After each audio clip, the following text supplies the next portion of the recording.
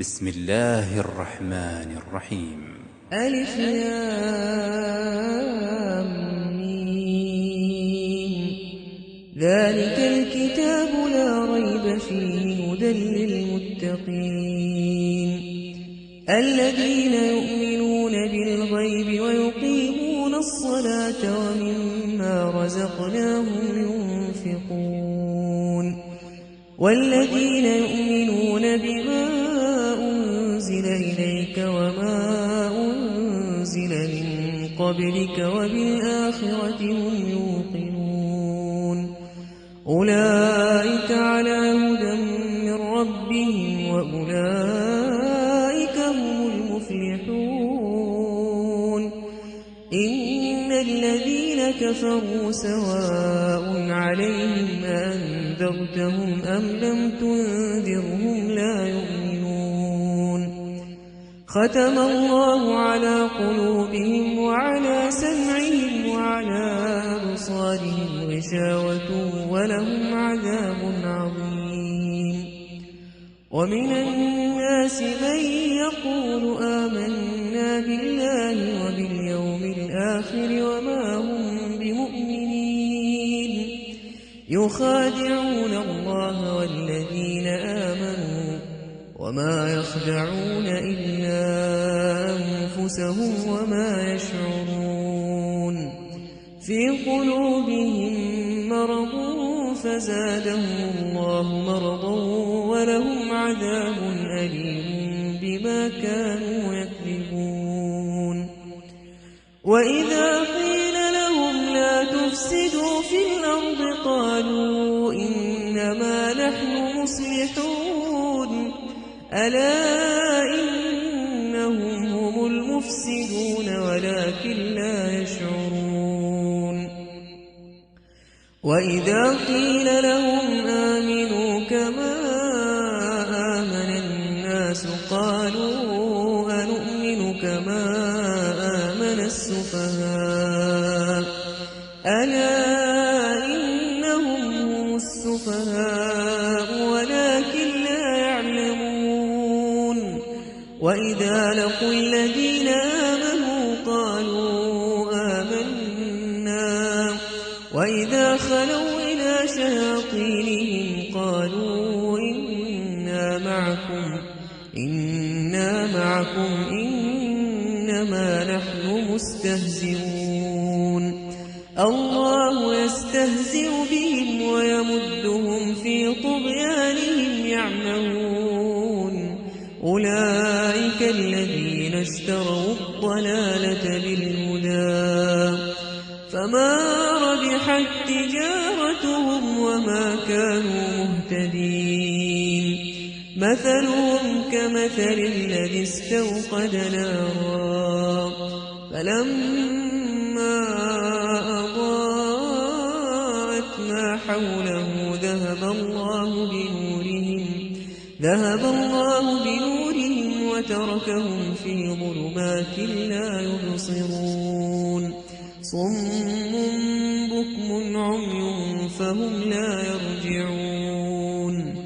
أو كصيب من السماء فيه ظلمات ورعد وبرق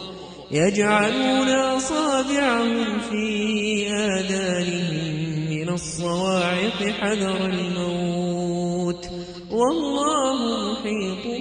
بالكافرين يكاد البرق يخطف أبصارهم كلما أضاء لهم مشوا فيه وإذا أظلم عليهم قاموا ولو شاء الله لذهب بسمعهم وأبصارهم إن الله على كل شيء قدير يا أيها الناس اعبدوا ربكم الذي خلقكم والذين من قبلكم لعلكم تتقون الذي جعل لكم الأرض فراشا والسماء بناء وأنزل من السماء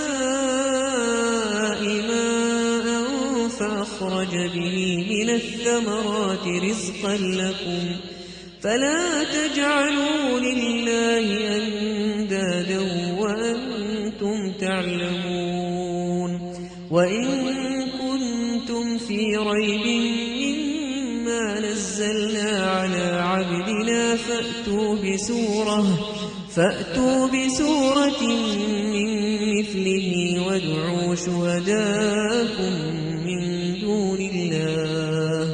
وادعوا شهداءكم من دون الله إن كنتم صادقين فإن لم تفعلوا ولن تفعلوا فاتقوا النار التي وقودها الناس والحجارة أعدت للكافرين وبشر الذين آمنوا وعملوا الصالحات أن لهم جنات تجري من تحتها الأنهار كلما رزقوا منها من ثمرة رزقا قالوا هذا الذي رزقنا من قبل وأتوا به متشابها ولهم فيها أزواج مطهرة وهم فيها خالدون إن الله لا يستحيي أن يضرب مثلا ما بعوضة فما فوقها فأما الذين آمنوا فيعلمون أنه الحق من ربهم وأما الذين كفروا فيقولون ماذا أراد الله بهذا مثلا يضل به كثيرا ويهدي به كثيرا وما يضل به إلا الفاسقين الذين ينقضون عهد الله من بعد ميثاقه ويقطعون ما أمر الله به أن يوصل ويفسدون في الأرض أولئك هم الخاسرون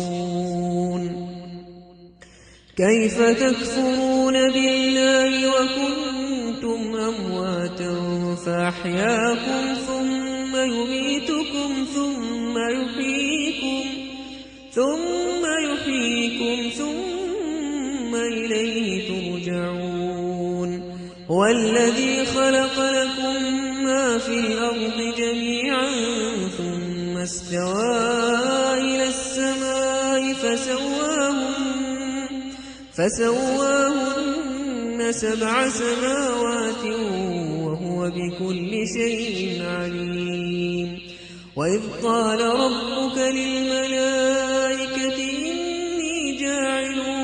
في الأرض خليفة قالوا أتجعل فيها من يفسد فيها ويسفك الدماء ونحن نسبح بحمدك ونقدس لك قال إني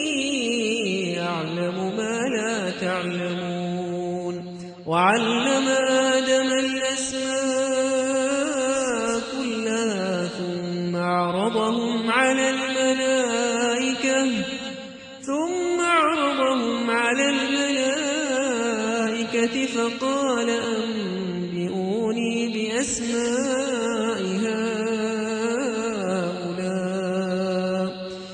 فقال أنبئوني بأسماء هؤلاء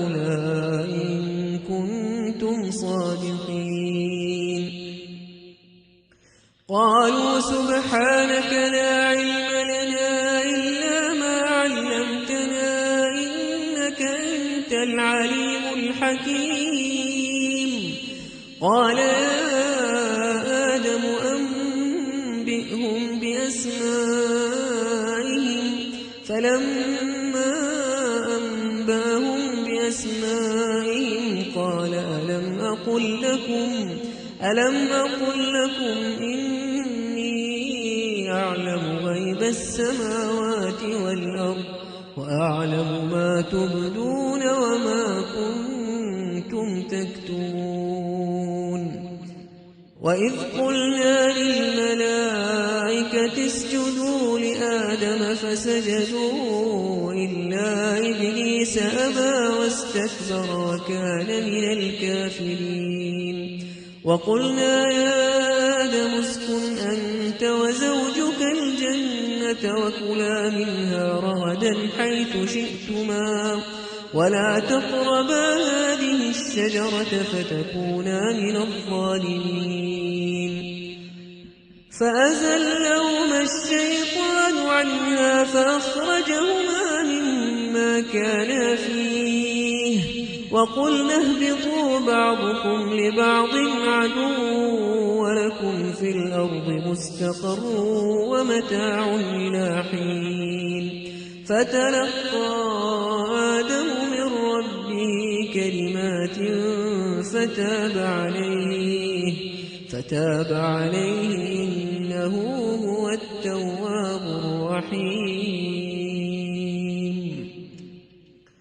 قلنا اهبطوا منها جميعا فإما يأتينكم مني هدى فمن تبع هداي فلا خوف عليهم ولا هم يحزنون والذين كفروا وكذبوا بآياتنا أولئك أصحاب النار هم فيها خالدون يا بني إسرائيل اذكروا نعمتي التي أنعمت عليكم وأوفوا بعهدي أوف بعهدكم وإياي فارهبون وآمنوا بما أنزلت مصدقا لما معكم ولا تكونوا أول كافر به ولا تشتروا بآياتي ثمنا قليلا وإياي فاتقون ولا تلبسوا الحق بالباطل وتكتموا الحق وأنتم تعلمون وأقيموا الصلاة وآتوا الزكاة واركعوا مع الراكعين أتأمرون الناس بالبر وتنسون أنفسكم وأنتم تتلون الكتاب أفلا تعقلون واستعينوا بالصبر والصلاة وإنها لكبيرة إلا على الخاشعين الذين يظنون أنهم ملاقو ربهم وأنهم إليه راجعون يا بني إسرائيل اذكروا نعمتي التي أنعمت عليكم وأني فضلتكم على العالمين واتقوا يوما لا تجزي نفس عن نفس شيئا ولا يقبل منها شفاعة ولا يؤخذ منها عدل ولا هم ينصرون وإذ نجيناكم من آل فرعون يسومونكم سوء العذاب يذبحون أبناءكم ويستحيون نساءكم وفي ذلكم بلاء من ربكم عظيم وإذ فرقنا بكم البحر فأنجيناكم وأغرقنا آل فرعون وأنتم تنظرون وإذ واعدنا موسى 40 ليلة ثم اتخذتم العجل من بعده وأنتم ظالمون ثم عفونا عنكم من بعد ذلك لعلكم تشكرون وإذ آتينا موسى الكتاب والفرقان لعلكم تهتدون وإذ قال موسى لقومه يا قوم إن أنكم ظلمتم أنفسكم باتخاذكم العجل فتوبوا إلى بارئكم فاقتلوا أنفسكم ذلكم خير لكم عند بارئكم فتاب عليكم إنه هو التواب الرحيم. وإذ قلتم يا موسى لن نؤمن لك حتى نرى الله جهرة فأخذتكم الصاعقة وأنتم تنظرون ثم بعثناكم من بعد موتكم لعلكم تشكرون وظللنا عليكم الغمام وأنزلنا عليكم المن والسلوى كلوا من طيبات ما رزقناكم وما ظلمونا ولكن كانوا أنفسهم يظلمون. وإذ قلنا ادخلوا هذه القرية فكلوا منها حيث شئتم رغدا وادخلوا الباب سجدا وقولوا حطة نغفر لكم خطاياكم وسنزيد المحسنين. فبدل الذين ظلموا قولا غير الذي قيل لهم فأنزلنا على الذين ظلموا رجزا من السماء بما كانوا يفسقون. وإذ استسقى موسى لقومه فقلنا اضرب بعصاك الحجر فانفجرت منه 12 عينا قد علم كل أناس مشربهم كلوا واشربوا من رزق الله ولا تعثوا في الأرض مفسدين. وإذ قلتم يا موسى لن نصبر على طعام واحد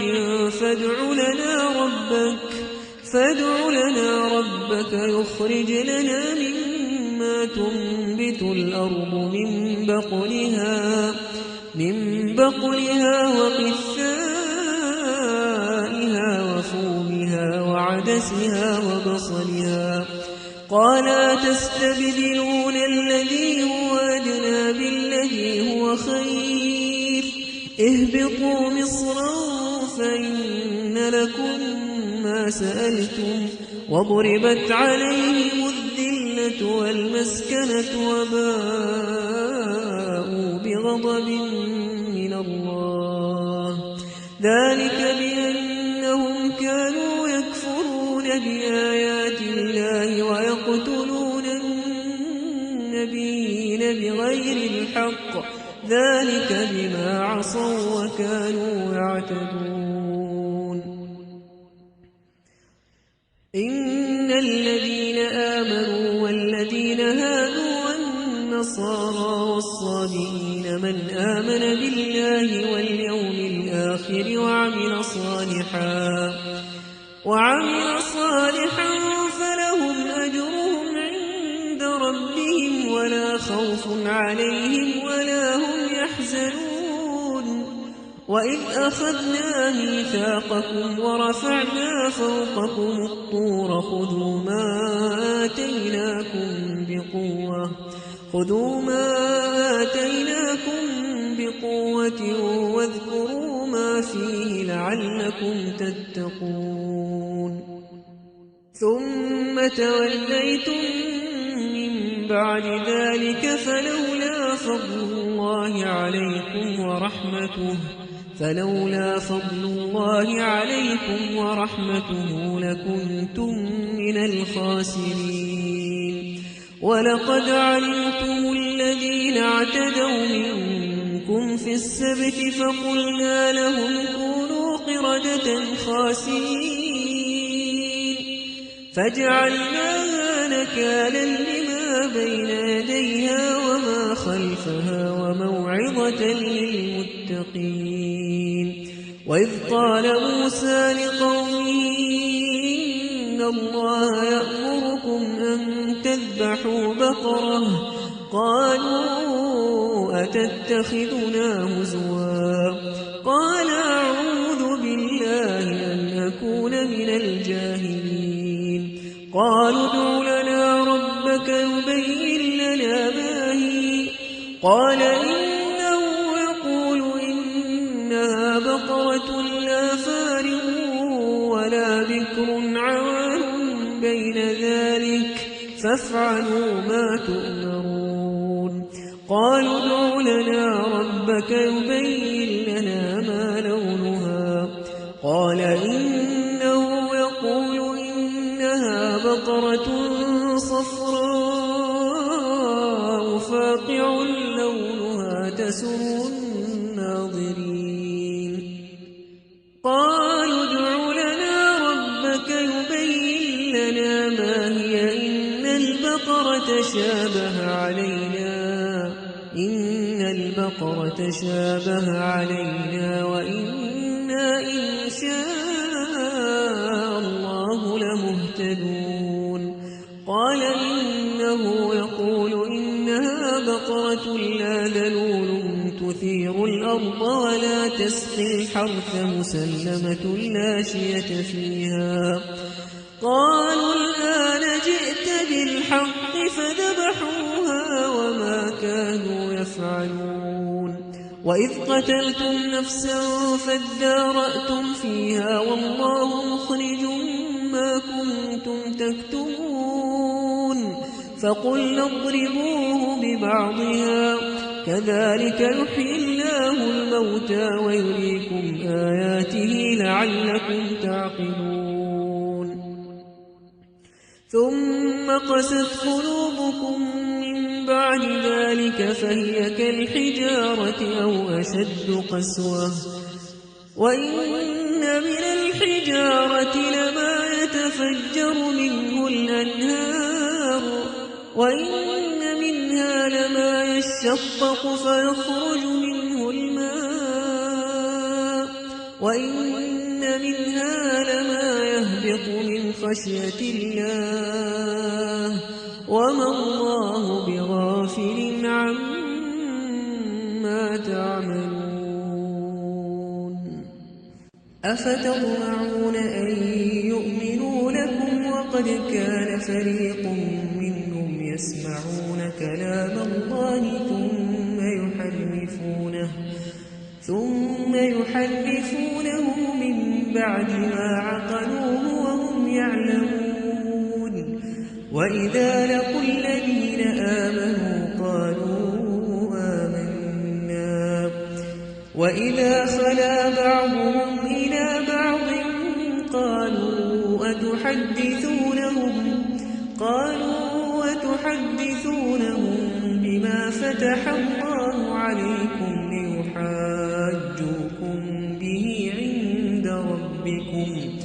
ليحاجوكم به عند ربكم أفلا تعقلون أولا يعلمون أن الله يعلم ما يسرون وما يعلنون ومنهم أميون لا يعلمون الكتاب إلا أماني وإن هم إلا يظنون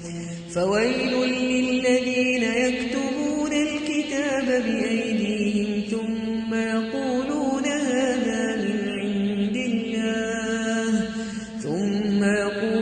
هذا من عند الله ليشتروا به ثمنا قليلا فويل لهم مما كتبت أيديهم وويل لهم مما يكسبون وقالوا لن تمسنا النار إلا أياما معدودة قل أتخذتم عند الله عهدا فلن يخلف الله عهده أم تقولون على الله ما لا تعلمون بلى من كسب سيئة وأحاطت به خطيئته فأولئك أصحاب النار هم فيها خالدون والذين آمنوا وعملوا الصالحات أولئك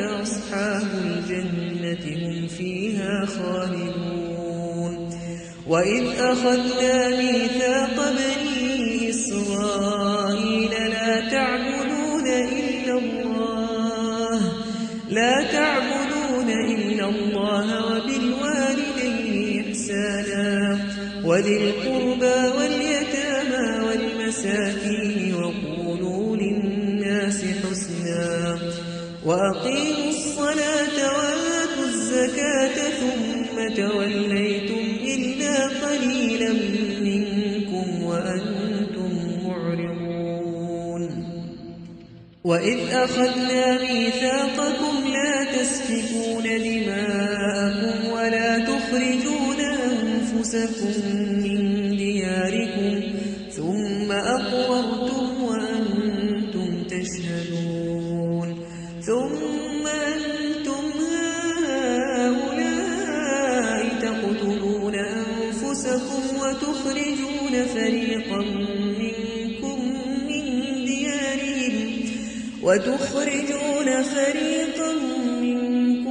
من ديارهم تظاهرون عليهم بالإثم والعدوان وإن يأتوكم أسارى تفادوهم وهو محرم عليكم إخراجهم أفتؤمنون ببعض الكتاب وتكفرون ببعض فما جزاء من يفعل ذلك منكم إلا خزي في الحياة الدنيا ويوم القيامة يردون إلى أشد العذاب وما الله بغافل عما تعملون أولئك الذين اشتروا الحياة الدنيا بالآخرة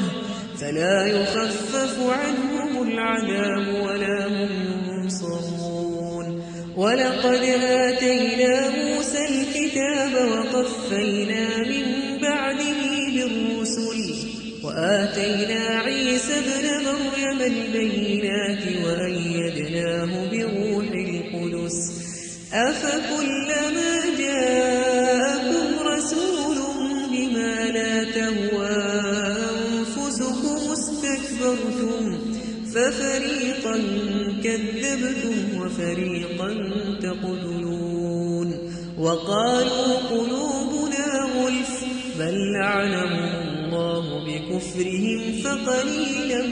ما يؤمنون ولما جاءهم كتاب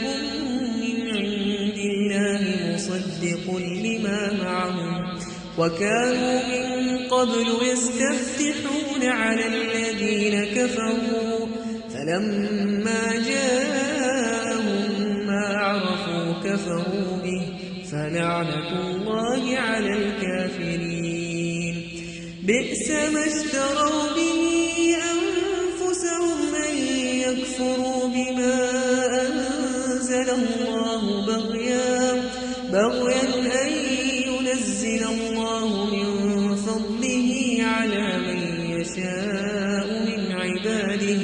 فباءوا بغضب على غضب وللكافرين عذاب مهين وإذا قيل لهم آمنوا بما أنزل الله قالوا نؤمن بما أنزل علينا ويكفرون بما وراءه وهو الحق مصدقا لما معهم قل فلم تقتلون أنبياء الله من قبل إن كنتم مؤمنين ولقد جاءكم موسى بالبينات ثم اتخذتم العجل من بعده وأنتم ظالمون وإذ أخذنا ميثاقكم ورفعنا فوقكم الطور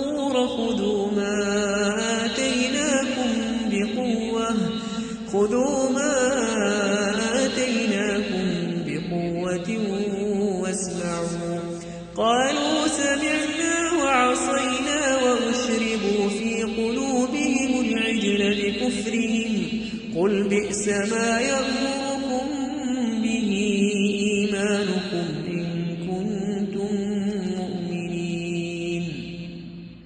قل إن الدار الآخرة عند الله خالصة من دون الناس فتمنوا الموت إن كنتم صادقين ولن يتمنوا أبدا بما قدمت أيديهم والله عليم بالظالمين ولتجدنهم أحرص الناس على حياة ومن الذين أشركوا يود أحدهم لو يعمر 1000 سنة وما هو بمزحزحه من العذاب أن يعمر والله بصير بما يعملون قل من كان عدوا لجبريل فإنه نزله على قلبك بإذن الله مصدقا لما بين يديه وهدى وبشرى للمؤمنين من كان عدوا لله وملائكته ورسله وجبريل وميكال فإن الله عدو للكافرين ولقد أنزلنا إليك آيات بينات وما يكفر بها إلا الفاسقون أوكلما عاهدوا عهدا نبذه فريق منهم بل أكثرهم لا يؤمنون ولما جاءهم رسول من عند الله مصدق لما معهم نبذ فريق من الذين أوتوا الكتاب كتاب الله وراء ظهورهم كأنهم لا يعلمون واتبعوا ما تتلو الشياطين على ملك سليمان وما كفر سليمان ولكن الشياطين كفروا يعلمون الناس السحر وما أنزل على الملكين ببابل هاروت وماروت وما يعلمان من أحد حتى يقولا إنما نحن فتنة فلا تكفر فيتعلمون منهما ما يفرقون به بين المرء وزوجه وما هم بضارين به من أحد إلا بإذن الله ويتعلمون ما يضرهم ولا ينفعهم ولقد علموا لمن اشتراه ما له في الآخرة من خلاق ولبئس ما شروا به أنفسهم لو كانوا يعلمون ولو أنهم آمنوا واتقوا لمثوبة من عند الله خير لو كانوا يعلمون يا أيها الذين آمنوا لا تقولوا راعنا وقولوا انظرنا واسمعوا وللكافرين عذاب أليم ما يود الذين كفروا من أهل الكتاب ولا المشركين أن ينزل عليكم من خير من ربكم والله يختص برحمته من يشاء والله ذو الفضل العظيم ما ننسخ من آية أو ننسها نأتي بخير منها أو مثلها ألم تعلم أن الله على كل شيء قدير ألم تعلم أن الله له ملك السماوات والأرض وما لكم من دون الله من ولي ولا نصير أم تريدون أن تسألوا رسولكم كما سئل موسى من قبل ومن يتبدل الكفر بالإيمان فقد ضل سواء السبيل ود كثير من أهل الكتاب لو يردونكم من بعد إيمانكم كفارا حسدا من عند أنفسهم من بعد ما تبين لهم الحق فاعفوا واصفحوا حتى يأتي الله بأمره إن الله على كل شيء قدير وأقيموا الصلاة وآتوا الزكاة وما تقدموا لأنفسكم من خير تجدوه عند الله إن الله بما تعملون بصير وقالوا لن يدخل الجنة إلا من كان هودا أو نصارى تلك أمانيهم قل هاتوا برهانكم إن كنتم صادقين بلى من أسلم وجهه لله وهو محسن فله أجره عند ربه ولا خوف عليهم ولا هم يحزنون وقالت اليهود ليست النصارى على شيء وقالت النصارى ليست اليهود على شيء وهم يتلون الكتاب كذلك قال الذين لا يعلمون مثل قولهم فالله يحكم بينهم يوم القيامة فيما كانوا فيه يختلفون ومن أظلم ممن منع مساجد الله أن يذكر فيها اسمه وسعى في خرابها أولئك ما كان لهم أن يدخلوها إلا خائفين لهم في الدنيا خزي ولهم في الآخرة عذاب عظيم ولله المشرق والمغرب فأينما تولوا فثم وجه الله إن الله واسع عليم وقالوا اتخذ الله ولدا سبحانه بل له ما في السماوات والأرض كل له قانتون بديع السماوات والأرض وإذا قضى أمرا فإنما يقول له كن فيكون وقال الذين لا يعلمون لولا يكلمنا الله أو تأتينا آية كذلك قال الذين من قبلهم مثل قولهم تشابهت قلوبهم قد بينا الآيات لقوم يوقنون إنا أرسلناك بالحق بشيرا ونذيرا ولا تسأل عن أصحاب الجحيم ولن ترضى عنك اليهود ولا النصارى حتى تتبع ملتهم قل إن هدى الله هو الهدى ولئن اتبعت أهواءهم بعد الذي جاءك من العلم ما لك من الله من ولي ولا نصير الذين آتيناهم الكتاب يتلونه حق تلاوته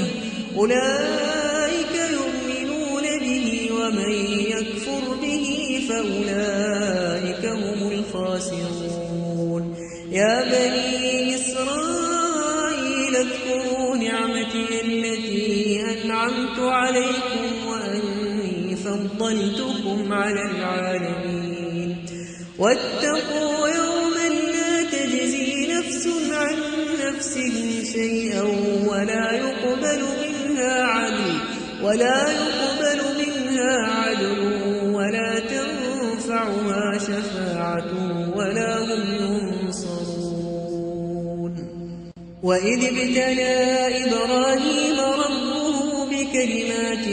فأتمهن قال إني جاعلك للناس إماما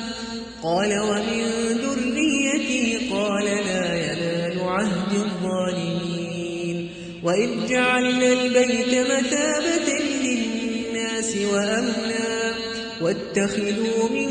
مقام إبراهيم مصلى وعهدنا إلى إبراهيم وإسماعيل أن طهرا بيتي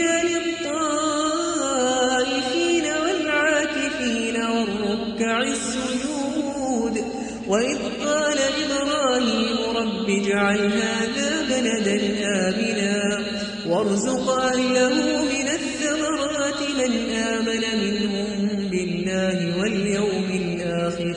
قال ومن كفر فأمتعه قليلا ثم أضطره إلى عذاب النار وبئس المصير وإذ يرفع إبراهيم القواعد من البيت وإسماعيل ربنا تقبل منا إنك أنت السميع العليم ربنا واجعلنا مسلمين لك ومن ذريتنا أمة مسلمة لك وأرنا مناسكنا وتب علينا إنك أنت التواب الرحيم ربنا وابعث فيهم رسولا منهم يتلو عليهم آياتك ويعلمهم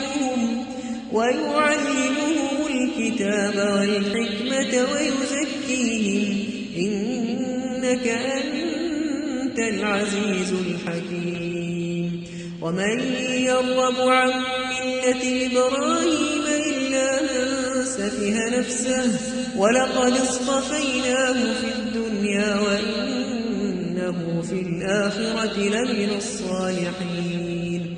إذ قال له ربه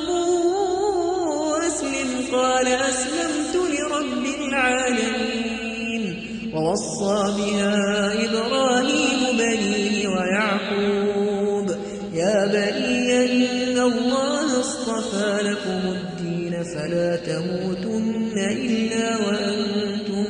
مسلمون أم كنتم شهداء إذ حضر يعقوب الموت إذ قال لبنيه ما تعبدون من بعدي قالوا نعبد إلهك وإله آبائك إبراهيم وإسماعيل وإسحاق إلها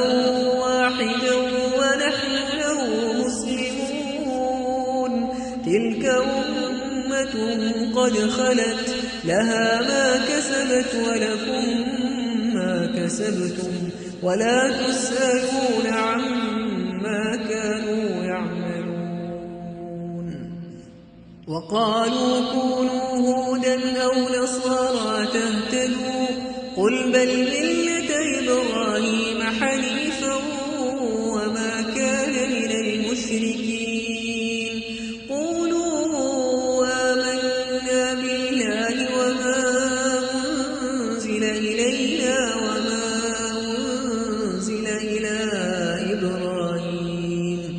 وما أنزل إلى إبراهيم وإسماعيل وإسحاق ويعقوب والأسباط وما أوتي موسى وعيسى وما أوتي النبيون من ربهم لا نفرق بين أحد منهم ونحن له مسلمون فإن آمنوا بمثل ما آمنتم به فقد اهتدوا وإن تولوا فإنما هم في شقاق فسيكفيكهم الله وهو السميع العليم صبغة الله ومن أحسن من الله صبغة ونحن له عابدون قل أتحاجوننا في الله وهو ربنا وربكم ولنا أعمالنا ولكم أعمالكم ونحن له مخلصون أم تقولون إن إبراهيم وإسماعيل وإسحاق ويعقوب والأسباط كانوا هودا أو نصارى قل أنتم أعلم أم الله ومن أظلم ممن كتم شهادة عنده من الله وما الله بغافل عما تعملون تلك أمة قد خلت لها ما كسبت ولكم ما كسبتم ولا تسألون عما كانوا يعملون سيقول السفهاء من الناس ما ولاهم عن قبلتهم التي كانوا عليها قل لله المشرق والمغرب يهدي من يشاء إلى صراط مستقيم وكذلك جعلناكم أمة وسطا لتكونوا شهداء على الناس ويكون الرسول عليكم شهيدا وما جعلنا القبلة التي كنت عليها إلا لنعلم من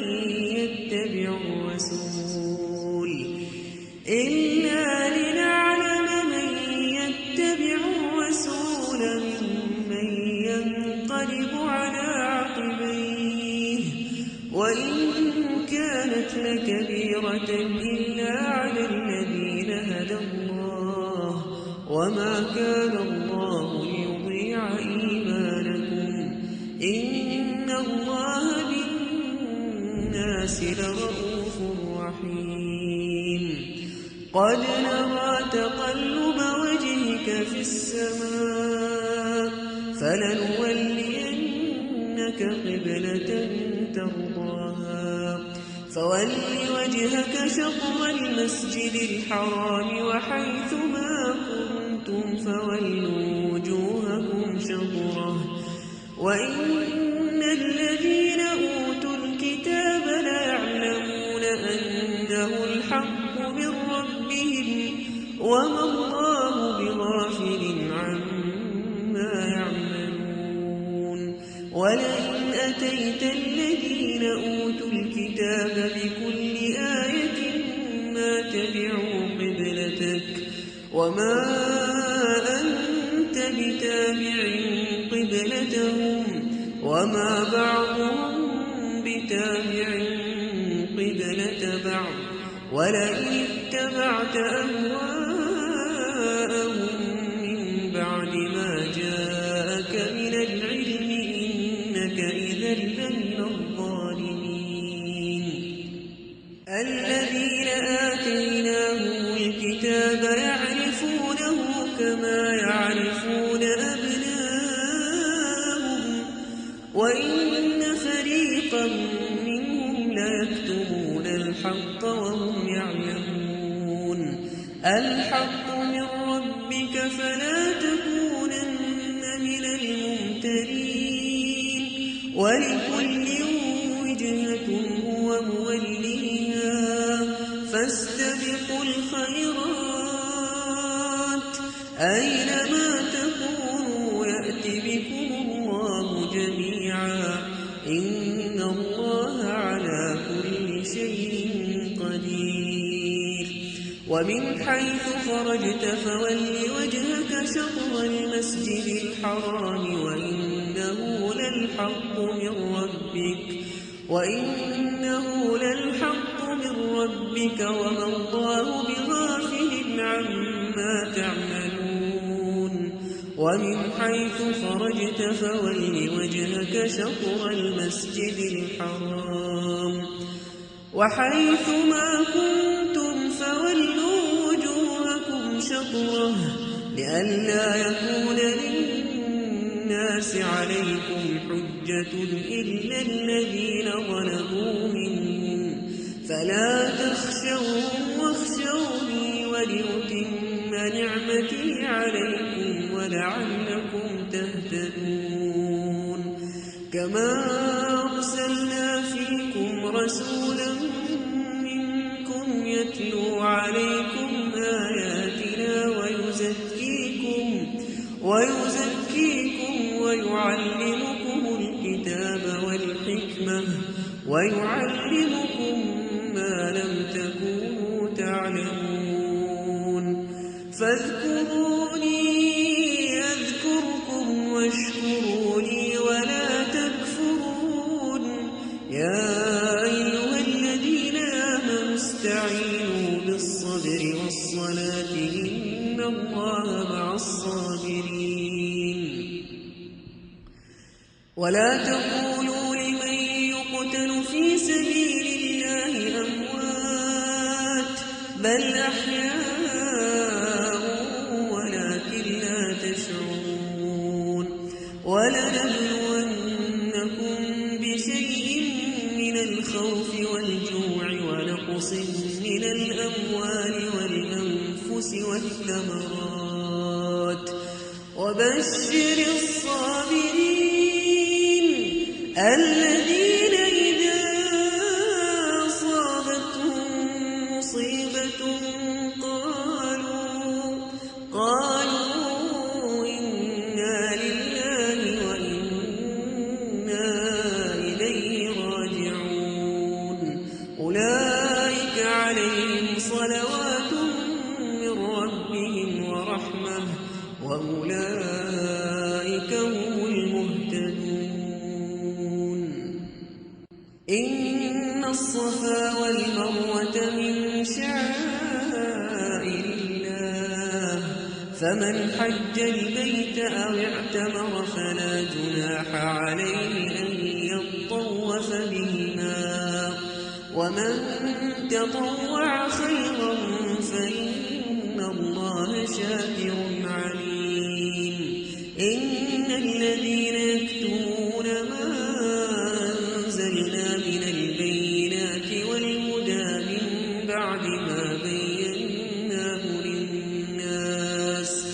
من بعد ما بيناه للناس في الكتاب أولئك يلعنهم الله ويلعنهم اللاعنون إلا الذين تابوا وأصلحوا وبينوا فأولئك أتوب عليهم وأنا التواب الرحيم إن الذين كفروا وماتوا وهم كفار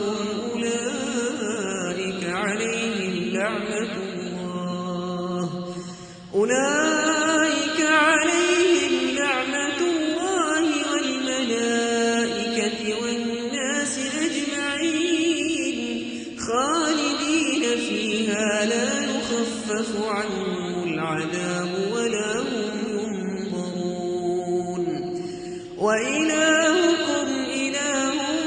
واحد لا إله إلا هو الرحمن الرحيم إن في خلق السماوات والأرض واختلاف الليل والنهار والفلك التي تجري في البحر بما ينفع الناس وما أنزل الله من السماء من ماء فأحيا به الأرض بعد موتها وبث فيها من كل دابة وتصريف الرياح والسحاب المسخر بين السماء والأرض لآيات لقوم يعقلون ومن الناس من يتخذ من دون الله أندادا يحبونهم كحب الله والذين آمنوا أشد حبا لله ولو يرى الذين ظلموا إذ يرون العذاب أن القوة لله جميعا ولو يرى الذين ظلموا إذ يرون العذاب أن القوة لله جميعا وأن الله شديد العذاب إذ تبرأ الذين اتبعوا من الذين اتبعوا ورأوا العذاب وتقطعت بهم الأسباب وقال الذين اتبعوا لو أن لنا كرة فنتبرأ منهم كما تبرأوا منا كذلك يريهم الله أعمالهم حسرات عليهم وما هم بخارجين من النار يا أيها الناس كلوا مما في الأرض حلالا طيبا ولا تتبعوا خطوات الشيطان إنه لكم عدو مبين إنما يأمركم بالسوء والفحشاء وأن تقولوا على الله ما لا تعلمون وإذا قيل لهم اتبعوا ما أنزل الله قالوا بل نتبع ما ألفينا عليه آباءنا أولو كان آباؤهم لا يعقلون شيئا ولا يهتدون ومثل الذين كفروا كمثل الذي ينعق بما لا يسمع إلا دعاء ونداء صم بكم عمي فهم لا يعقلون يا أيها الذين آمنوا كلوا من طيبات ما رزقناكم واشكروا لله إن كنتم إياه تعبدون إنما حرم عليكم الميتة والدم ولحم الخنزير وما أهل به لغير الله فمن اضطر غير باغ ولا عاد فلا إثم عليه إن الله غفور رحيم إن الذين يكتمون ما أنزل الله من الكتاب ويشترون به ثمنا قليلا أولئك ما يأكلون في بطونهم إلا النار ولا يكلمهم الله يوم القيامة ولا يزكيهم ولهم عذاب أليم أولئك الذين اشتروا الضلالة بالهدى والعذاب بالمغفرة فما أصبرهم على النار ذلك بأن الله نزل الكتاب بالحق وإن الذين اختلفوا في الكتاب لفي شقاق بعيد ليس البر أن تولوا وجوهكم قبل المشرق والمغرب ولكن البر من آمن بالله واليوم الآخر والملائكة والكتاب والنبيين وآتى المال على حبه ذوي القربى واليتامى والمساكين وابن السبيل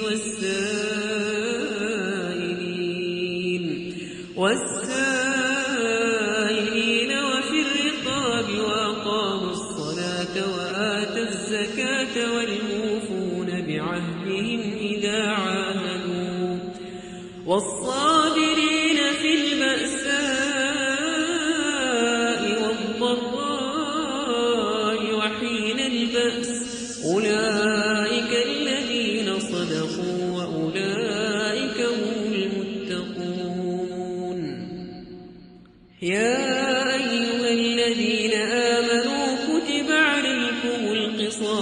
القتلى الحر بالحر والعبد بالعبد والأنثى بالأنثى فمن عفي له من أخيه شيء فاتباع بالمعروف وأداء إليه بإحسان ذلك تخفيف من ربكم ورحمة فمن اعتدى بعد ذلك فله عذاب أليم ولكم في القصاص حياة يا أولي الألباب لعلكم تتقون كتب عليكم إذا حضر أحدكم الموت إن ترك خيرا الوصية للوالدين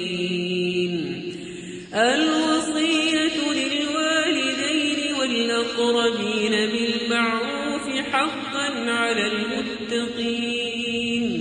فمن بدله بعدما سمعه فإنما إثمه على الذين يبدلونه إن الله سميع عليم فمن خاف من موص جنفا أو إثما فأصلح بينهم فلا إثم عليه إن الله غفور رحيم يا أيها الذين آمنوا كتب عليكم الصيام كما كتب على الذين من قبلكم لعلكم تتقون أياما معدودات فمن كان منكم مريضا أو على سفر فعدة من أيام أخر وعلى الذين يطيقونه فدية طعام مسكين فمن تطوع خيرا فهو خير له وأن تصوموا خير لكم إن كنتم تعلمون شهر رمضان الذي أنزل فيه القرآن هدى للناس وبينات من الهدى والفرقان فمن شهد منكم الشهر فليصمه ومن كان مريضا أو على سفر فعدة من أيام أخر يريد الله بكم اليسر ولا يريد بكم العسر ولتكملوا العدة ولتكبروا الله على ما هداكم ولعلكم تشكرون وإذا سالك عبادي عني فإني قريب أجيب دعوة الداعي إذا دعان فليستجيبوا لي وليؤمنوا بي لعلهم يرشدون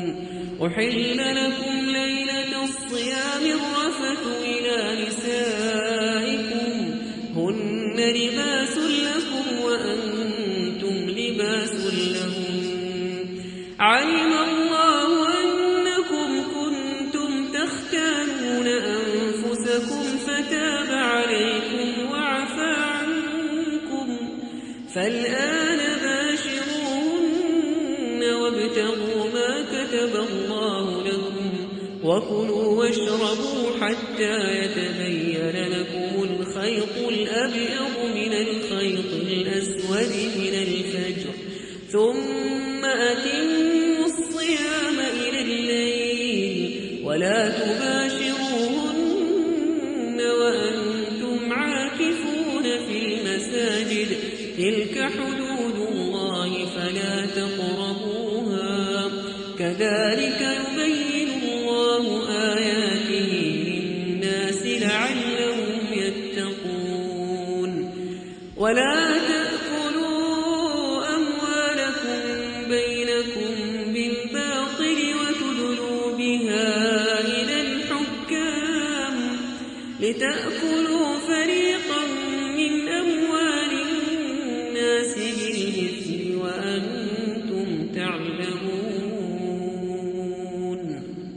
يسألونك عن الأهلة قل هي مواقيت للناس والحج وليس البر بأن تأتوا البيوت من ظهورها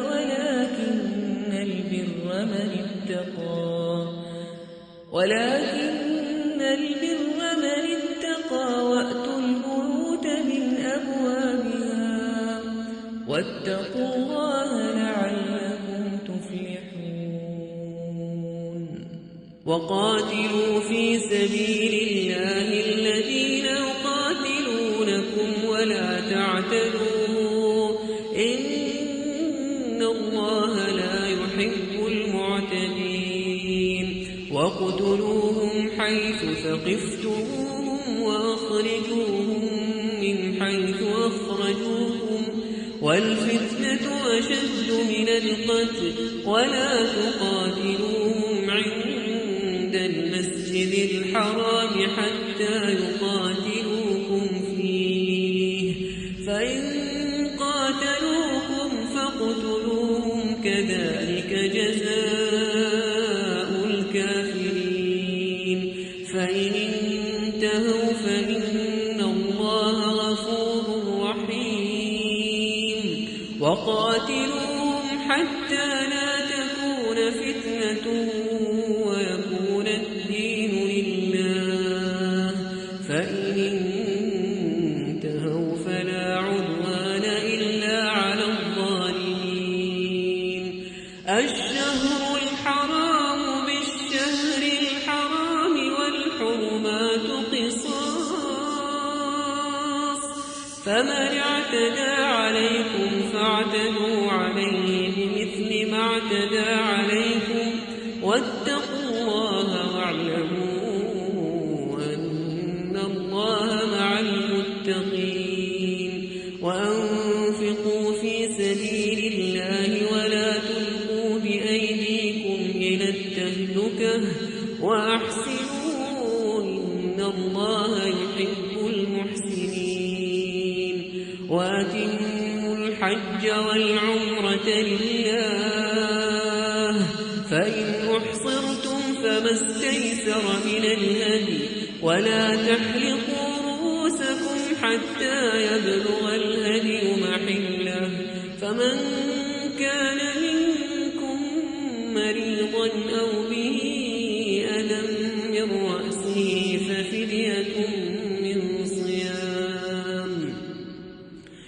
ففدية من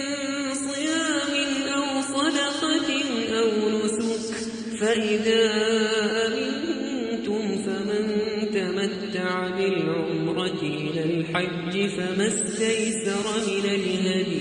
فمن لم يجد فصيام 3 أيام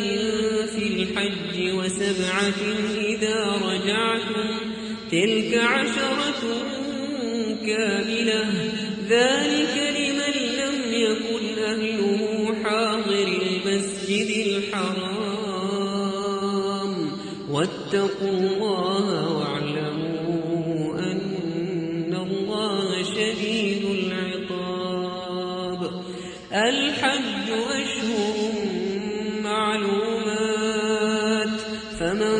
فرض فيهن الحج فلا رفث ولا فسوق ولا جدال في الحج وما تفعلوا من خير يعلمه الله وتزودوا فإن خير الزاد التقوى واتقون يا أولي الألباب ليس عليكم جناح أن تبتغوا فضلا من ربكم فإذا أفضتم من عرفات فاذكروا الله عند المشعر الحرام واذكروه كما هداكم وإن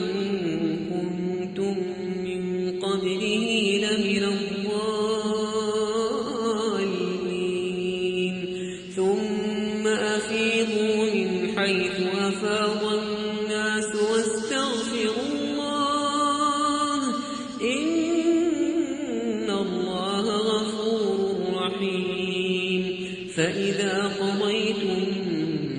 مناسككم فاذكروا الله كذكركم آباءكم أو أشد ذكرا فمن الناس من يقول ربنا آتنا في الدنيا وما له في الآخرة من خلاق ومنهم من يقول ربنا آتنا في الدنيا حسنة وفي الآخرة حسنة وقنا عذاب النار أولئك لهم نصيب مما كسبوا والله سريع الحساب واذكروا الله في أيام معدودات فمن تعجل في يومين فلا إثم عليه ومن تأخر فلا إثم عليه لمن اتقى واتقوا الله واعلموا أنكم إليه تحشرون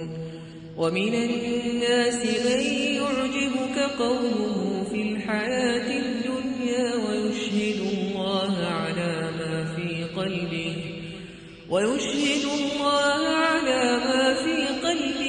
وهو ألد الخصام وإذا تولى سعى في الأرض ليفسد فيها ويهلك الحرث والنسل والله لا يحب الفساد وإذا قيل له اتق الله أخذته العزة بالإثم فحسبه جهنم ولبئس المهاد ومن الناس من يشري نفسه ابتغاء مرضات الله والله رؤوف بالعباد يا أيها الذين آمنوا ادخلوا في السلم كافة ولا تتبعوا خطوات الشيطان إنه لكم عدو مبين فإن زللتم من بعد ما جاءتكم البينات فاعلموا أن الله عزيز حكيم هل ينظرون إلا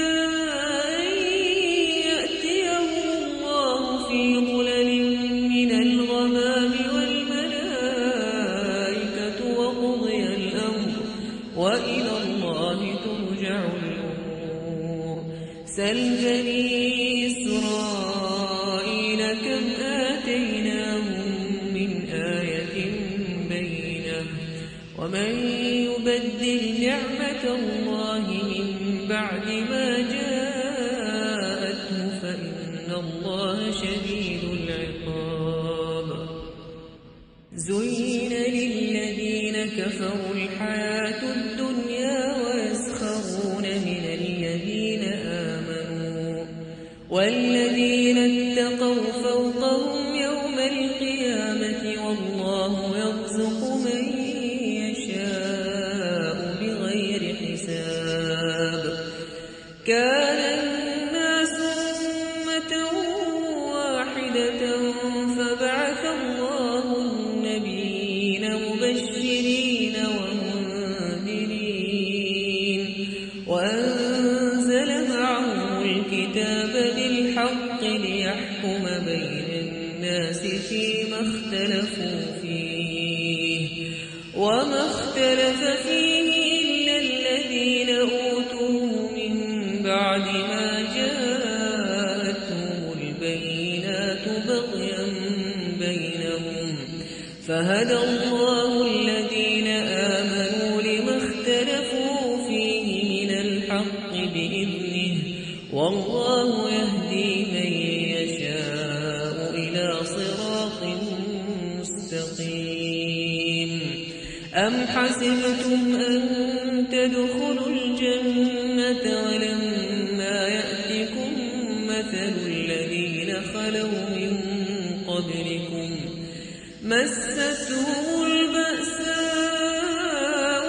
والضراء وزلزلوا حتى يقول الرسول والذين آمنوا معه متى نصر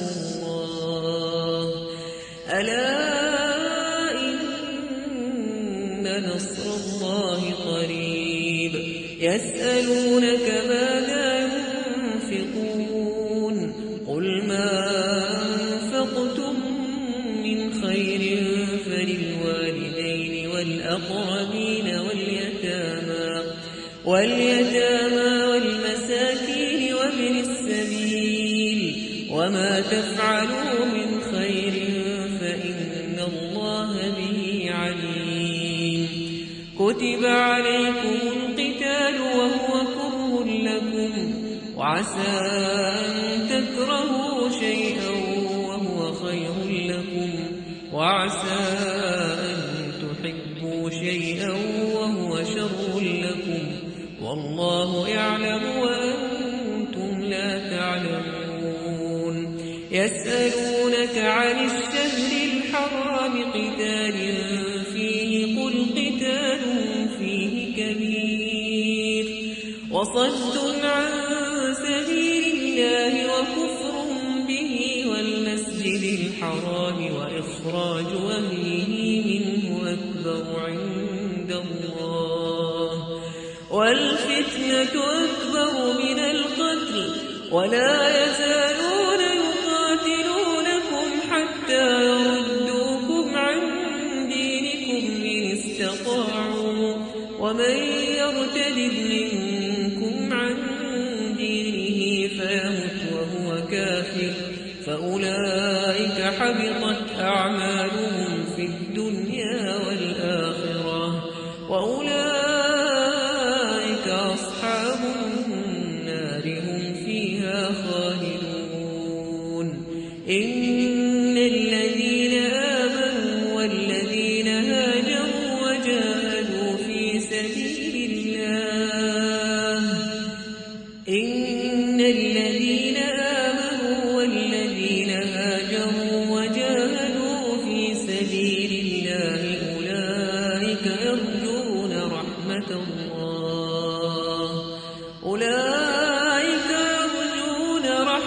الله والله غفور رحيم يسألونك عن الخمر والميسر قل فيهما إثم كبير ومنافع للناس وإثمهما أكبر من نفعهما ويسألونك ماذا ينفقون قل العفو كذلك يبين الله لكم الآيات لعلكم تتفكرون في الدنيا والآخرة ويسألونك عن اليتامى قل إصلاح لهم خير وإن تخالطوهم فإخوانكم والله يعلم المفسد من المصلح ولو شاء الله لأعنتكم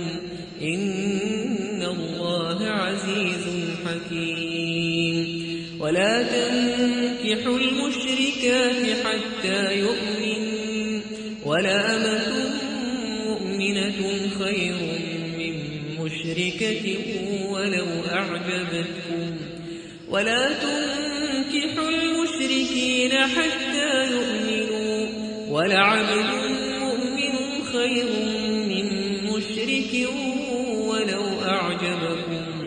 أولئك يدعون إلى النار والله يدعو إلى الجنة والمغفرة بإذنه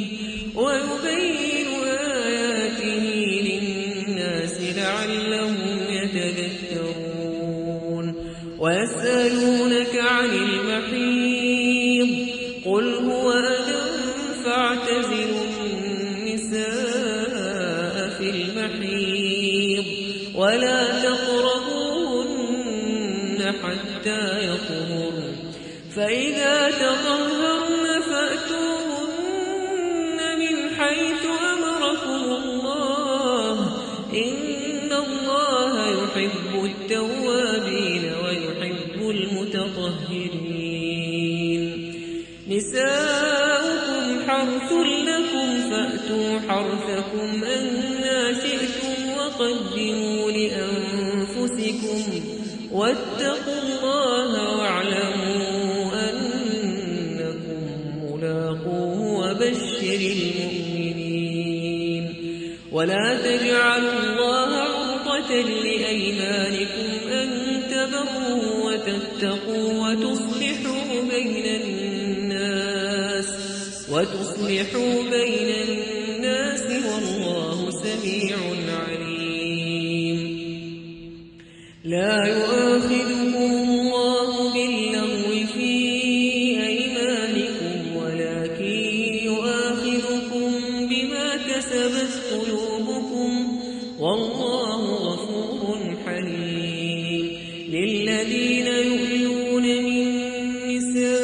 نسائهم تربص 4 أشهر فإن فاءوا فإن الله غفور رحيم وإن عزموا الطلاق فإن الله سميع عليم والمطلقات يتربصن بأنفسهن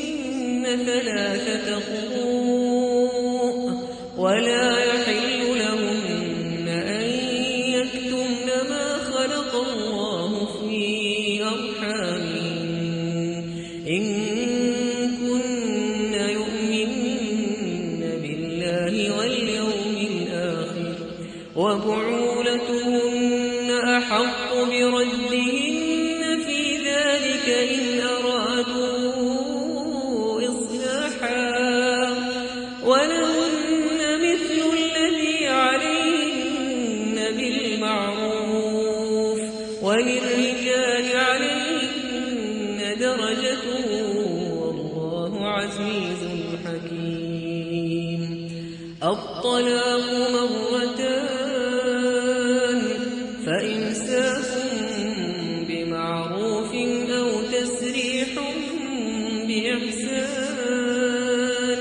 ولا يحل لكم أن تأخذوا مما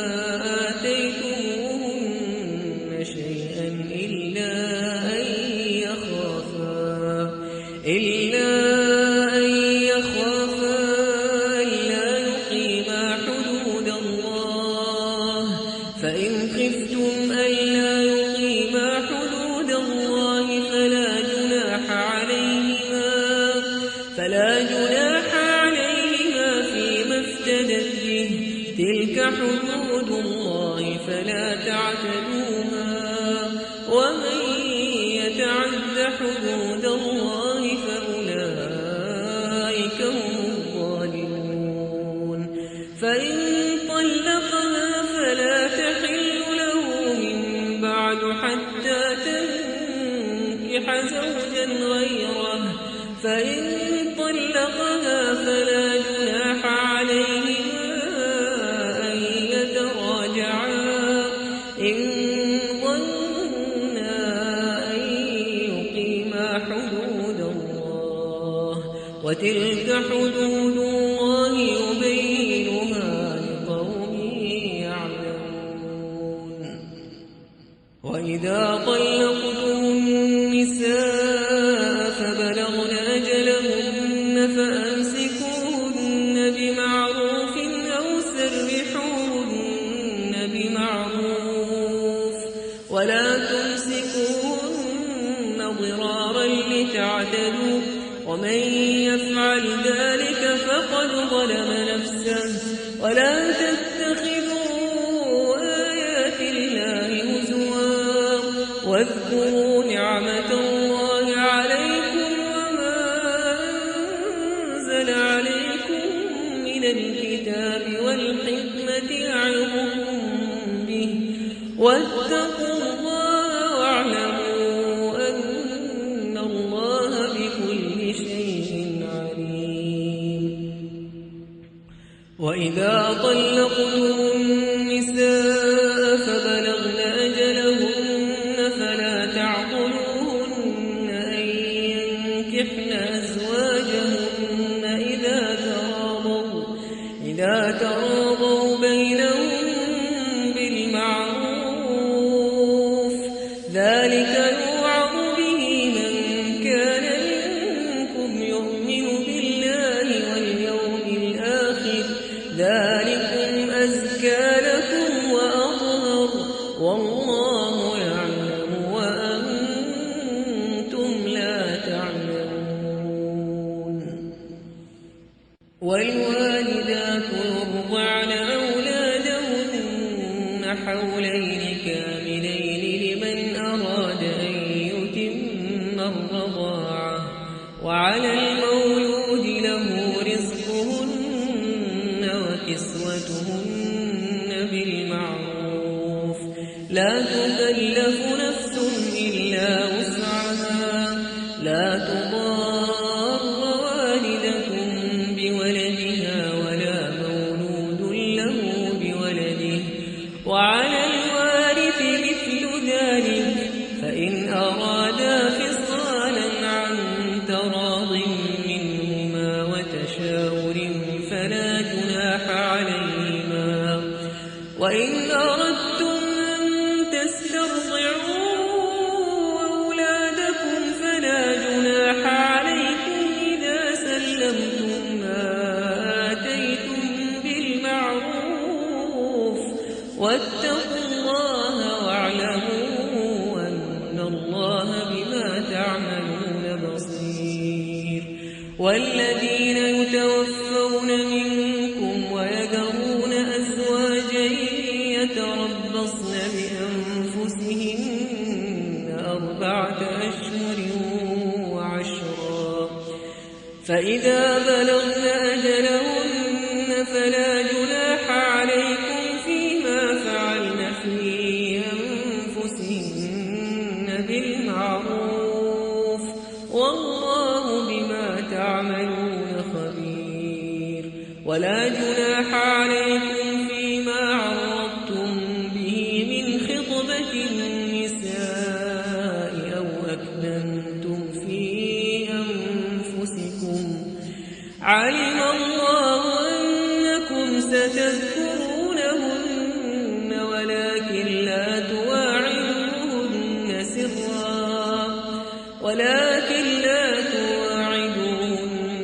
سرا إلا أن تقولوا قولا معروفا ولا تعزموا عقدة النكاح حتى يبلغ الكتاب أجله واعلموا أن الله يعلم ما في أنفسكم فاحذروه واعلموا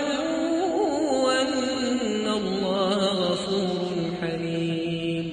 لا جناح عليكم إن طلقتم النساء ما لم تمسوهن أو تفرضوا لهن فريضة ومتعوهن على الموسع قدره وعلى المقتر قدره متاعا بالمعروف حقا على المحسنين. وإن طلقتموهن من قبل أن تمسوهن وقد فرضتم لهن فريضة فنصف ما فرضتم إلا أن يعفون أو يعفو الذي بيده عقدة النكاح وأن تعفوا أقرب للتقوى ولا تنسوا الفضل بينكم إن الله بما تعملون بصير.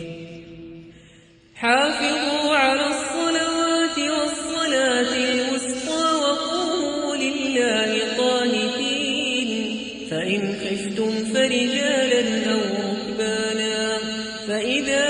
أمنتم فاذكروا الله كما علمكم ما لم تكونوا تعلمون. والذين يتوفون منكم ويذرون أزواجا وصية لأزواجهم متاعا إلى الحول غير إخراج، فإن خرجن فلا جناح عليكم فيما فعلن في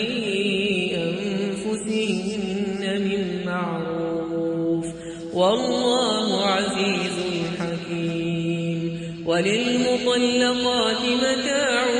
بالمعروف حقا على المتقين، كذلك يبين الله لكم آياته لعلكم تعقلون. ألم تر إلى الذين خرجوا من ديارهم وهم ألوف حذر الموت فقال لهم الله موتوا ثم أحياهم، إن الله لذو فضل على الناس ولكن أكثر الناس لا يشكرون. وقاتلوا في سبيل الله واعلموا أن الله سميع عليم. من ذا الذي يقرض الله قرضا حسنا فيضاعفه له أضعافا كثيرة، والله يقبض ويبسط وإليه ترجعون. ألم تر إلى الملأ من بني إسرائيل من بعد موسى إذ قالوا لنبي له ابعث لنا ملكا نقاتل في سبيل الله، قال هل عسيتم إن كتب عليكم القتال ألا تقاتلوا؟ قالوا وما لنا ألا نقاتل في سبيل الله وقد أخرجنا من ديارنا وأبنائنا، فلما كتب عليهم القتال تولوا إلا قليلا منهم، والله عليم بالظالمين. وقال لهم نبيهم إن الله قد بعث لكم طالوت ملكا، قالوا أنى يكون له الملك علينا ونحن أحق بالملك منه ولم يؤت سعة من المال، قال إن الله اصطفاه عليكم وزاده بسطة في العلم والجسم، والله يؤتي ملكه من يشاء والله واسع عليم. وقال لهم نبيهم إن آية ملكه أن يأتيكم التابوت فيه سكينة من ربكم وبقية مما ترك آل موسى وآل هارون تحمله الملائكة، إن في ذلك لآية لكم إن كنتم مؤمنين. فلما فصل طالوت بالجنود قال إن الله مبتليكم بنهر، فمن شرب منه فليس مني ومن لم يطعمه فإنه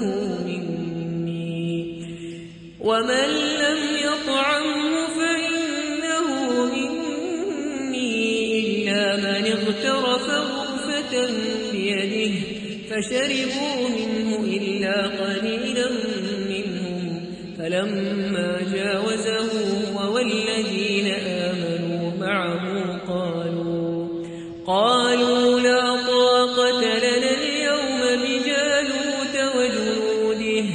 قال الذين يظنون أنهم ملاقو الله كم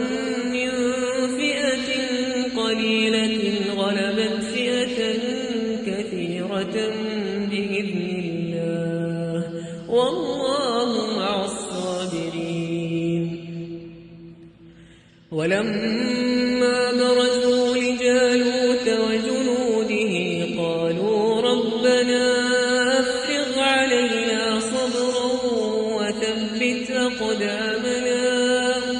وثبت أقدامنا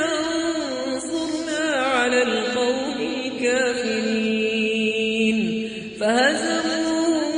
بإذن الله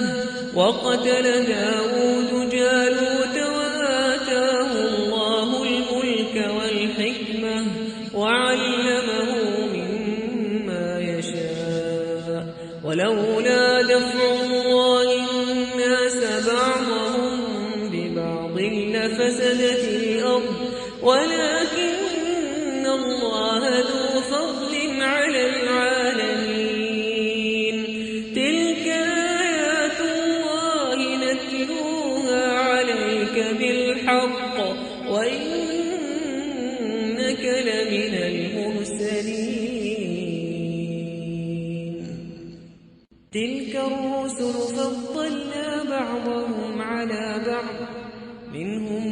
من كلم الله ورفع بعضهم درجات وآتينا عيسى ابن مريم البينات وأيدناه بروح القدس ولو شاء الله ما اقتتل الذين من بعدهم من بعد ما جاءتهم البينات ولكن اختلفوا فمنهم من آمن ومنهم من كفر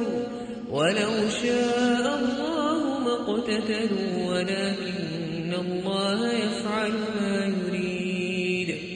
يا أيها الذين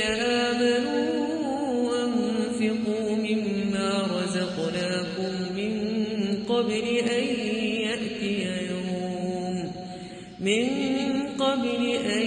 يأتي يوم لا بيع فيه ولا خلة ولا شفاعة والكافرون هم الظالمون الله لا إله إلا هو الحي القيوم لا تأخذه سنة ولا نوم له ما في السماوات وما في الأرض من ذا الذي يشفع عنده إلا بإذنه يعلم ما بين أيديهم وما خلفهم ولا يحيطون بشيء من علمه إلا بما شاء وسع كرسيه السماوات والأرض ولا يؤوده حفظهما وهو العلي العظيم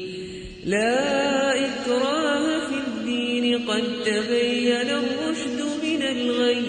فمن يكفر بالطاغوت ويؤمن بالله فقد استمسك بالعروة الوثقى لا انفصام لها والله سميع عليم الله ولي الذين آمنوا يخرجهم من الظلمات إلى النور والذين كفروا أولياؤهم الطاغوت يخرجونهم من النور إلى الظلمات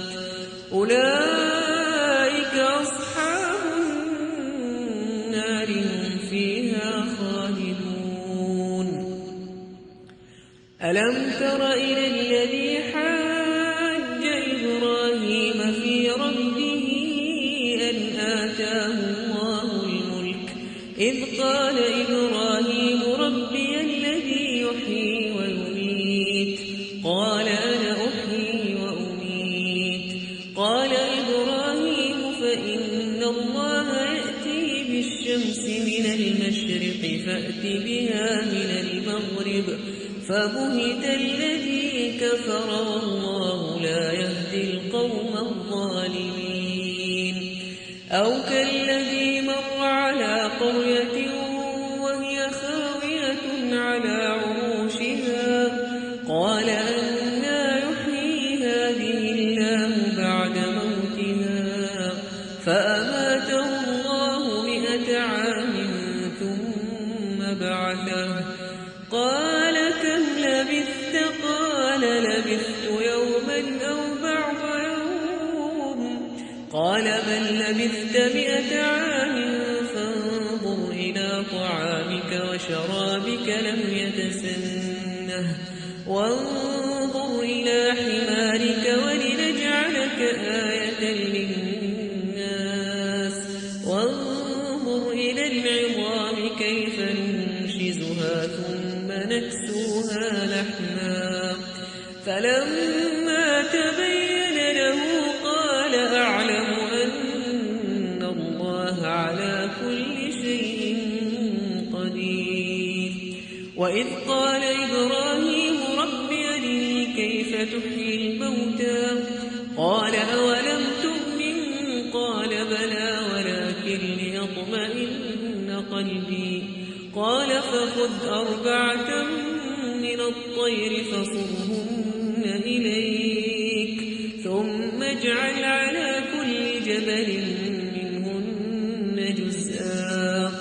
ثم ادعهن يأتينك سعيا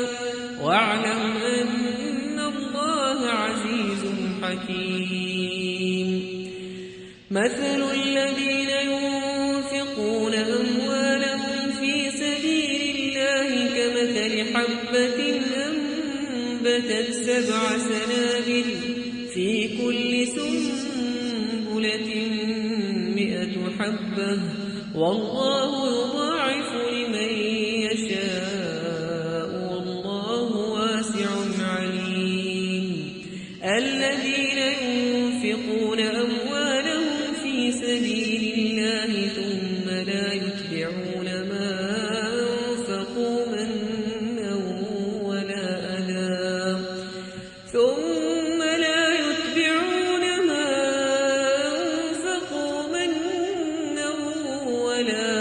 أذى لهم أجرهم عند ربهم ولا خوف عليهم ولا هم يحزنون. قول معروف ومغفرة خير من صدقة يتبعها أذى والله غني حليم. يا أيها الذين آمنوا لا تبطلوا صدقاتكم بالمن والأذى كالذي ينفق ماله رئاء الناس ولا يؤمن بالله واليوم الآخر فمثله كمثل صفوان عليه تراب فأصابه وابل فتركه صلدا لا يقدرون على شيء مما كسبوا والله لا يهدي القوم الكافرين. ومثل الذين ينفقون أموالهم ابتغاء مرضات الله وتثبيتا من أنفسهم كمثل جنة بربوة أصابها وابل فآتت أكلها ضعفين فإن لم يصبها وابل فطل والله بما تعملون بصير. أيود أحدكم أن تكون له جنة من نخيل وأعناب تجري من تحتها الأنهار له فيها من كل الثمرات وأصابه الكبر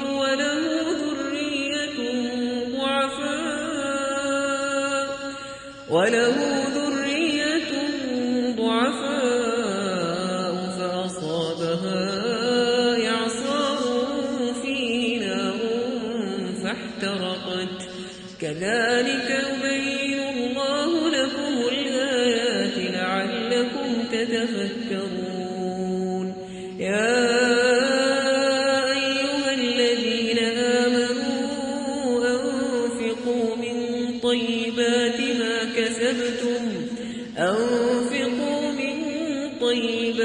ما اكتسبتم ومما أخرجنا لكم من الأرض ولا تيمموا الخبيث منه تنفقون ولستم بآخذيه إلا أن تغمضوا فيه واعلموا أن الله غني حميد. الشيطان يعدكم الفقر ويأمركم بالفحشاء والله يعدكم مغفرة منه وفضلا والله واسع عليم. يؤتي الحكمة من يشاء ومن يؤت الحكمة فقد أوتي خيرا كثيرا وما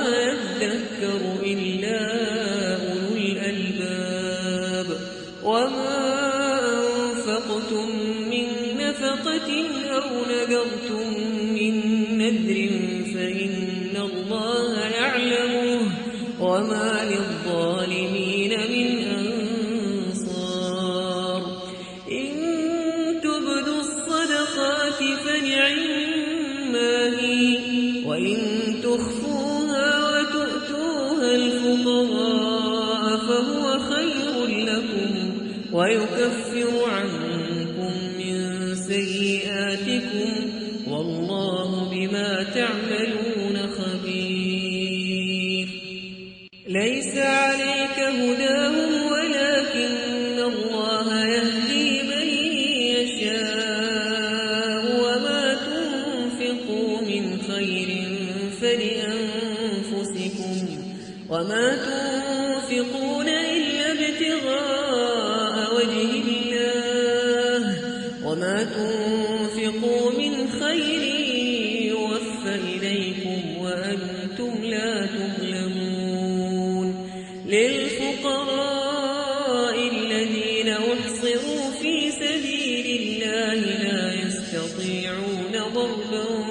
في الأرض يحسبهم الجاهل أغنياء من التعفف تعرفهم بسيماهم لا يسألون الناس إلحافا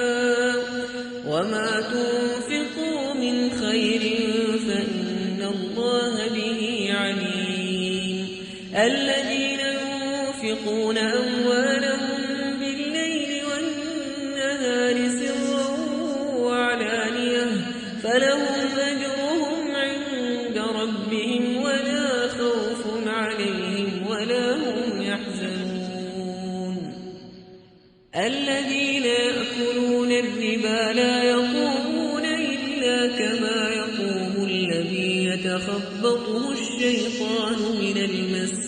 ذلك بأنهم قالوا إنما البيع مثل الربا وأحل الله البيع وحرم الربا فمن جاءه موعظة من ربه فانتهى فله ما سلف وأمره إلى الله ومن عاد فأولئك أصحاب النار هم فيها خالدون. يمحق الله الربا ويربي الصدقات والله لا يحب كل كفار أثيم. إن الذين آمنوا وعملوا الصالحات وأقاموا الصلاة وآتوا الزكاة لهم أجرهم عند ربهم ولا خوف عليهم ولا هم يحزنون. يا أيها الذين آمنوا اتقوا الله وذروا ما بقي من الربا إن كنتم مؤمنين فإن لم تفعلوا فأذنوا بحرب من الله ورسوله وإن تبتم فلكم رؤوس أموالكم لا تظلمون ولا تظلمون. وإن كان ذو عسرة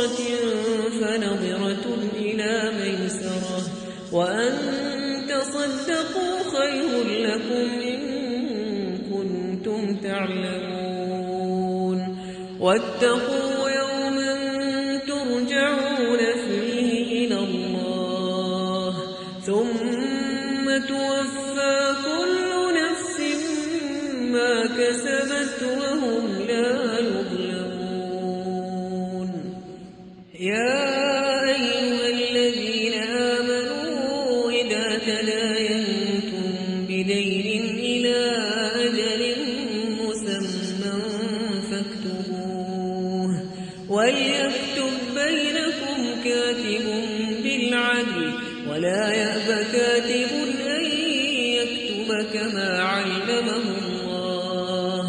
فليكتب وليملل الذي عليه الحق وليتق الله ربه ولا يبخس منه شيئا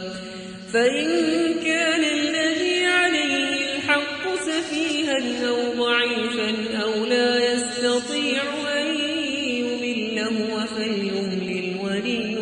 بالعدل واستشهدوا شهيدين من رجالكم فإن لم يكونا رجلين فرجل وامرأتان ممن ترضون من الشهداء أن تضل إحداهما فتذكر إحداهما الأخرى ولا يأبى الشهداء إذا ما دعوا ولا تسأموا أن تكتبوه صغيرا أو كبيرا إلى أجله ذلكم أقسط عند الله وأقوم للشهادة وأدنى ألا ترتابوا إلا أن تكون تجارة حاضرة تديرونها بينكم فليس عليكم جناح ألا تكتبوها وأشهدوا إذا تبايعتم ولا يضار كاتب ولا شهيد وإن تفعلوا فإنه فسوق بكم واتقوا الله ويعلمكم الله والله بكل شيء عليم وإن كنتم على سفر ولم تجدوا كاتبا فرهان مقبوضة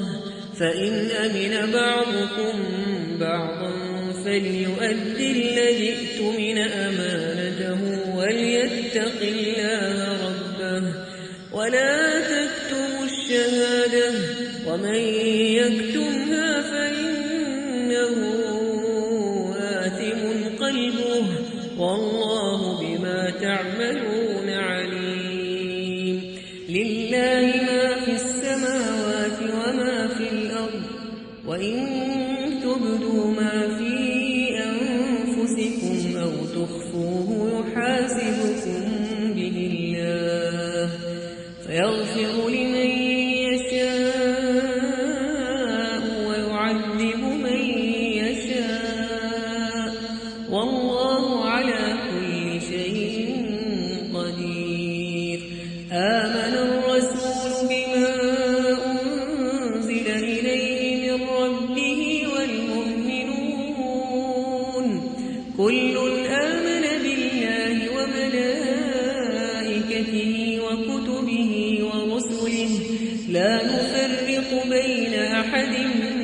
من رسله وقالوا سمعنا وأطعنا غفرانك ربنا وإليك المصير لا يكلف الله نفسا إلا وسعها لها ما كسبت وعليها ما اكتسبت ربنا لا تؤاخذنا إن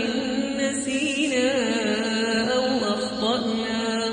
ربنا ولا تحمل علينا إصرا كما حملته على الذين من قبلنا ربنا ولا تحملنا ما لا طاقة لنا به واعف عنا